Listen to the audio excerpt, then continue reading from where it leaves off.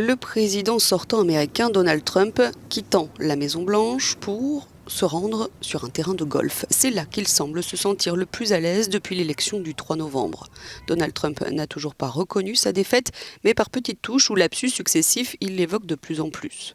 Dimanche matin, au milieu d'une longue série de tweets et de retweets colériques, il a pour la première fois mentionné explicitement la victoire de Joe Biden.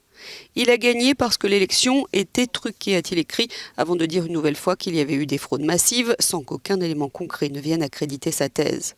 Un peu plus d'une heure plus tard, après avoir donc évoqué la victoire de son adversaire démocrate, il a reçu une avalanche de réactions à son message et a, comme il le fait souvent, donné un grand coup de barre dans l'autre sens. Il a seulement gagné aux yeux des médias fake news, a-t-il écrit. Je ne concède rien, la route est encore longue, l'élection était truquée. Le président élu Joe Biden, lui, a été vu quitter un service religieux dimanche sans faire aucun commentaire à propos des tweets de Trump. Vendredi, les responsables électoraux ont déclaré que le vote était le plus sûr de l'histoire américaine et qu'il n'y avait aucune preuve que des votes aient été supprimés, perdus ou changés de quelque manière que ce soit. Samedi, des milliers de partisans de Donald Trump ont manifesté à Washington DC pour soutenir ces accusations de fraude.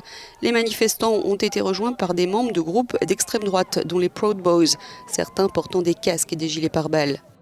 Bien qu'en grande partie pacifiques, ces rassemblements ont été émaillés de quelques violences entre partisans de Trump et contre-manifestants.